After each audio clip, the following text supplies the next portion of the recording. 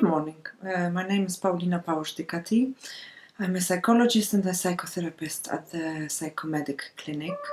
Today I would like to tell something about psychotherapy, what it is and why it works and why does it work. So first, what is psychotherapy? Essentially, it's a conversation between two people, between a psychotherapist and the client that comes with some sort of pain, some sort of problems that at first he might not even know why it happens, or he might think it happens because someone should change in his life, or something should change in his life externally and the outside world. But of course, if someone comes to psychotherapy, the only thing we can do is actually concentrate on him or herself. So the aim is actually to identify and try to change troubling thoughts, emotions, and behaviors within ourselves. The most important thing in psychotherapy is actually, no matter what sort of psychotherapy it is the therapeutic alliance. It's the relationship between the psychotherapist and the client. And that's the biggest power of psychotherapy. People have sometimes problems to actually start psychotherapy because even though they have pain, they think that even if it's painful, it's still known. The way they see themselves, perceive themselves and their lives is something that they know. And that gives more safety than actually coming to somebody and re-talking their stories and maybe finding something that they did not know before. Another problem is that, especially in nowadays society, we think that the most important thing is to feel independent, self-sufficient, and not needing anyone else to fulfill our own needs. And that is actually not true, because what we need in our lives is actually to have somebody that we can trust, and that relations are the most important things in our lives. But of course, some of us have got experiences that make them not trust or have problems with trusting. Or they might think that actually needing somebody is a sign of weakness. But that's the opposite, actually, because it needs a lot of courage to come to somebody, admit that I need help, and that I might find things about myself that I try to hide, that I try to deny, but otherwise I'm not going to live my life fully, happily, that I want to be able to fulfill really my needs. So you might feel that you are depressed. You might feel an overwhelming feeling of sadness, of helplessness. You might doubt in your own value, on your own competence. You might suffer from insomnia, or you might sleep too much. You might have eating disorders. You might eat too much or too little, really. You might have psychosomatic disorders like gastric disturbances, headaches, rapid heart rate, difficulty in breathing. You might feel that you've tried many things, but you can't help yourself, and that the help does not come from anyone else. You might also feel very tired. You might also feel that you can't build a proper relationship, you can't maintain a relationship. You might also be in a difficult transition, like you've lost somebody very important to you, or your children are leaving home, or you've got some job difficulties. There are many different reasons and many different symptoms with which clients come to me. But even though the signs are might think it's very easy. You just have to start sleeping more. But actually, the most important thing is to discover areas in your life and your internal life that produces those symptoms. And that's not a very simple process. And psychotherapy, that's one thing I really want to say. Psychotherapy is not about only giving advices or judging, because there is a Chinese proverb, I think that would explain it nicely. A Chinese proverb says, give a man a fish, you will feed him for a day. Teach a man how to fish, you will feed him for a lifetime. And that's what psychotherapy is about. It's about helping you help yourself in the future with your future problems. Very important in psychotherapy is the first stage when you start to trust psychotherapist, and it might be the first time you actually reveal your thoughts and emotions to somebody, and you might find that actually the emotions were very hidden and you were not aware of them. But actually becoming aware of very problematic or thoughts that make you feel ashamed or guilty or angry, those sort of emotions, if you start talking about them and about your past experiences and about anything that comes to your mind, those sort of things produce a sort of relief. And if it becomes conscious instead of being unconscious, that actually frees you from the impact of them and the influence of them to your life. I will give you an example actually. Let's say it's, I will tell you about a 35-year-old woman. Let's call her Brenda. Brenda, in a way, at first she said she had a very good childhood. Actually, her problem is only because her husband is actually a very bad man, but at first she thought he's a very good man. Okay, let's keep it simple. At first she started complaining about her relationship, and she felt very angry and felt very hurt. And she said one very important thing that actually made me think about something that is more important than actually only the husband's behavior. Because she said that before she married him, she said she knew that her choice is not to ever have her own family. I thought, well, why would you think that you don't want to have your own family? It's okay to think like that, but it was such a strong sentence with such an anger. And she said, I knew I should not trust, and that I cannot trust men.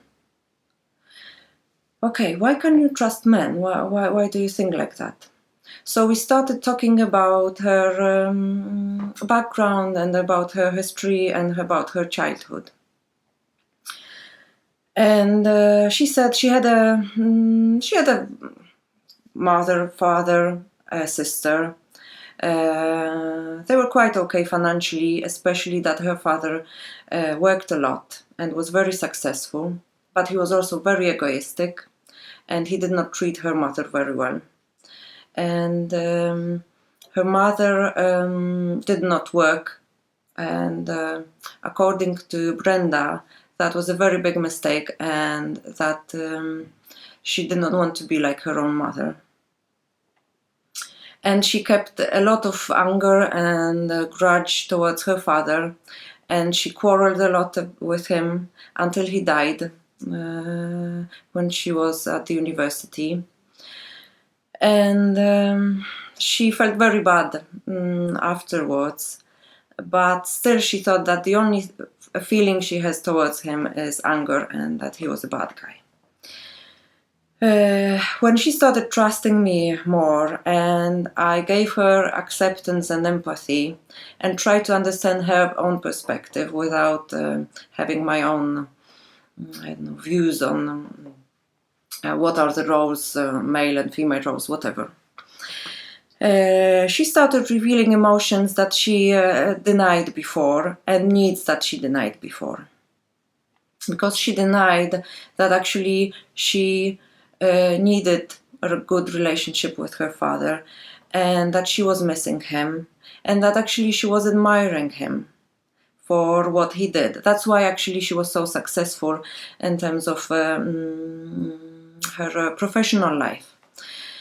But also she realized that her mother wasn't a woman that felt unhappy not working, and that she actually loved her father, and that actually gave her hope that she can love somebody and be loved somebody as well. After that time, when she realized the connection between her past life, her childhood, and her perceptions, which were inadequate, because the same way she considered her husband to be.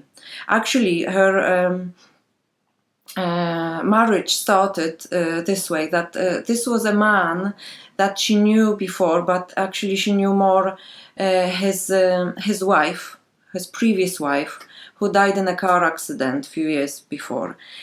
And that was a very interesting switch, because she decided, okay, I will marry him. He wanted to marry her. They first started dating because for a year she was helping family, she was taking care of children, she was helping him with the loss and the feelings and the fears. And she was thinking, well, marry or not marry. It took quite a long time, but afterwards she had this thought: okay, I will marry him, but of course not because I need him, but because he needs me and the children needs me. So she started sort of ruling their life by because she thought that they should be grateful. But she denied that actually she can be grateful as well. And kids started being actually from at first they really were emotional, positive towards her. But after a while, they started getting distanced, and they stopped actually wanting to be with her.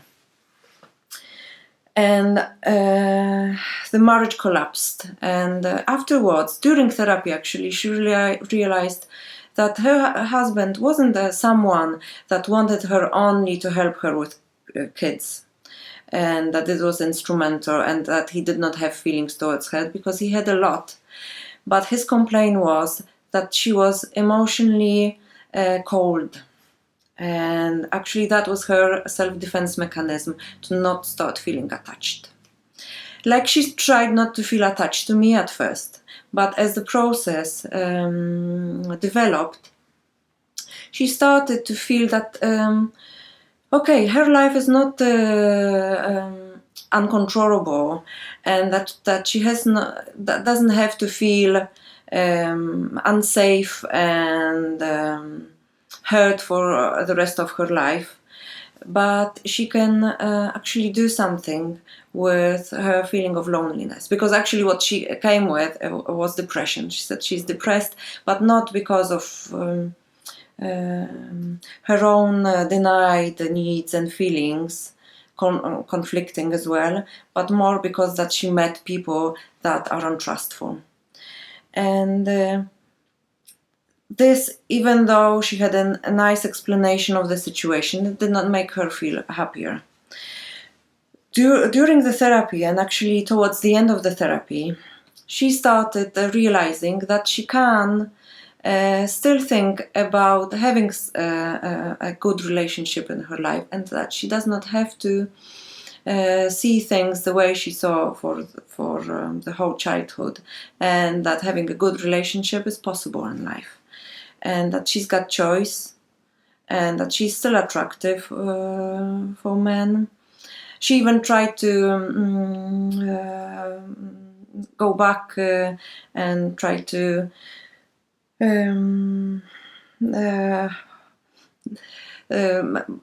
come back together and go back to her husband, but she realized that these are things that happen, and she does not want to feel the way she felt in the marriage. And that's possible. She does not have to actually go back to this marriage, but she still got chance in her life.